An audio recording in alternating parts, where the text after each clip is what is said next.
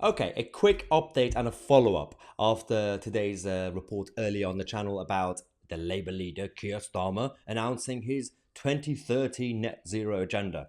And he had all the hacks around him, and they were very happy to be there, and they didn't really challenge him.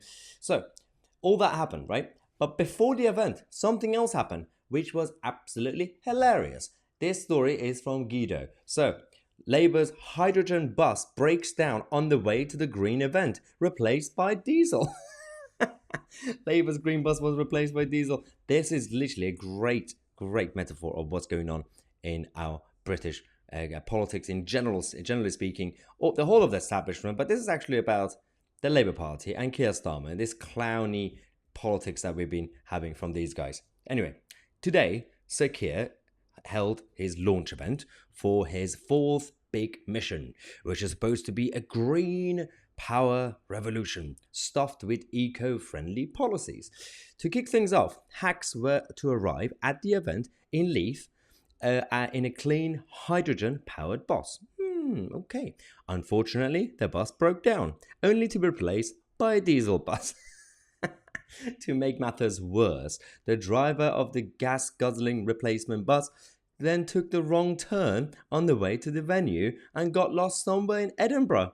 According to the Mail, one of their own reporters had to guide the confused driver to the correct spot. A Labour spokesperson confirmed that their bus provider had a few problems with the eco-friendly vehicle, although it didn't go into further details. How did Sir Keir get to Scotland today? Did he fly? That's the one thing I want to find out, because we've already seen so much hypocrisy from these guys, whether it's Ed Miliband, whether it's all the eco actors and Hollywood celebrities taking the private jets everywhere, or the whole of the attendees to Davos or Bilderberg. They keep taking their private jets or helicopters or all the big cars, diesel cars. So how did Keir Starmer get to Edinburgh or just Scotland in general? Obviously, the main event up in Leith was completely covered by the mainstream media. There was no challenge from the mainstream media.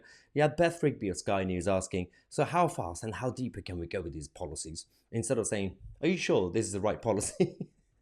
Now they're going to go and accelerate the 2030 agenda advocated by the World Economic Forum in Davos. Even this government, even the current Green government, the Green Tory government, they abandoned the 2030 targets. They said with certain industries, certain energy industries, we're going to aim, our ambition is to go with 2050, around 2050, but it's not mandatory. It's not state mandatory. The net zero measures under this idiotic Green Tory government is not mandatory. Whereas Keir Starmer and the Labour Party are making things mandatory. They are making legislations to make sure everybody hits the 2030 targets. And they're going to nationalise the whole industry because that's a terrible idea. It's going to go really well. That was the green, eco-friendly bus that was broken, as usual. It reminds me of the story we did a few months ago on the channel. I think it was a year ago, about the police in Scotland that decided to go full-on green and changed all their police cars to electric cars. And then when they started using them, they realized they don't really have enough charging points across Scotland for electric cars. So the police cars stopped working.